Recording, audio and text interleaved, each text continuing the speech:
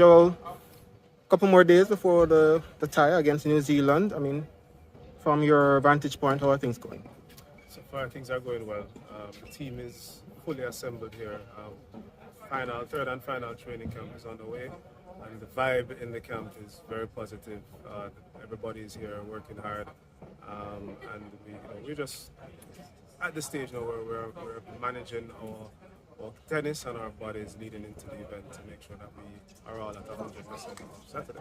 And the logistics, how are things on that side? Well, thankfully, this is our third time around hosting the event locally. So logistically, I think we are ahead of where we've been in the past. The venue is already, I would say, maybe 80% complete, and the players are enjoying the ability to practice in the venue, in the same kind of environment that they'll be playing in, minus the fans, of course. And everybody's happy so far. The feedback from the New Zealand team, they feel like they're being hosted well.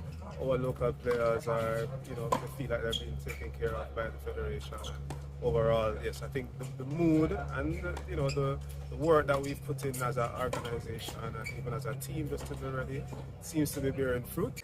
We are okay, we have the new surface before. The court is still court light, it's okay, and everything okay. Now we are relaxed if you want, not like last time. So we are okay.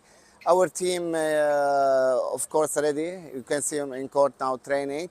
I hope this tie we are much, what I mean in English, if you want, more ready.